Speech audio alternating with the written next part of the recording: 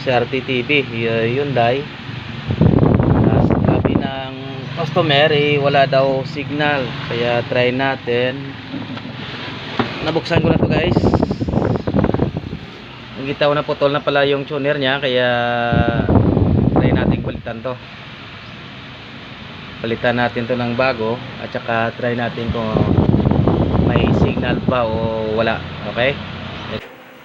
Yan po mga katek, sinisimulan na po nating tanggalin yung sirang tuner at palitan po natin yan mamaya ng bago. At yan po mga katek, panoorin nyo lang po kung paano ko tinatanggal yan. Dahil nagpo voice over lang tayo, kasi nga napakaingay po rito sa amin, kasi nga nasa gilid po tayo ng highway. So enjoy for watching lang mga katek. In the silence of the morning, the sun awakens and opens the world in colors. Each ray is a hug, a promise, and life dances to the sound of the winds.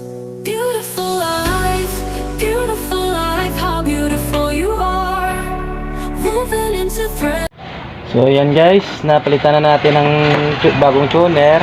So ngayon mag-voltage check muna tayo kung meron tayong makuha dito na 33 volts, kasi yan yung supply ng ating tuner.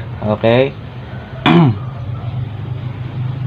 Nakasaksak na yan guys, kaya try natin dito kung may 33 volts. And guys, mukhang wala, mukhang may putol sa na linya to. Dito wala rin.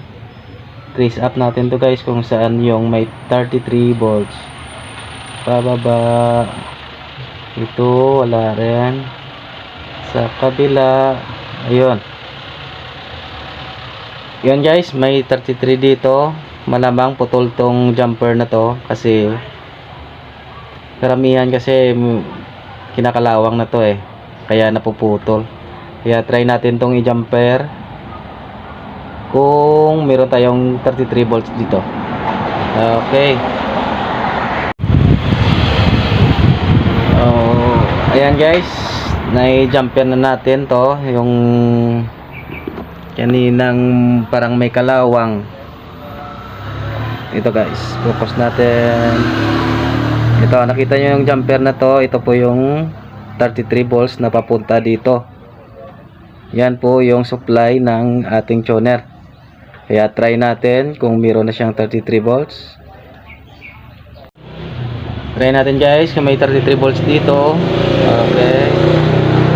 Try natin ng konti. Ito guys, dito yung 33. Okay, meron guys. Okay, ito yan ay papunta dito sa ibaba, yung ginamper natin kanina. Okay guys, lagyan lang muna natin to ng antenna para makita natin kung mayroong bang signal sa harap.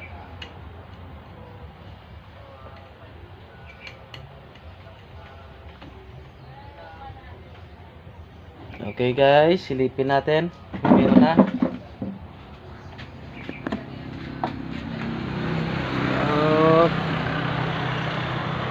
Ayan guys, mukhang meron na.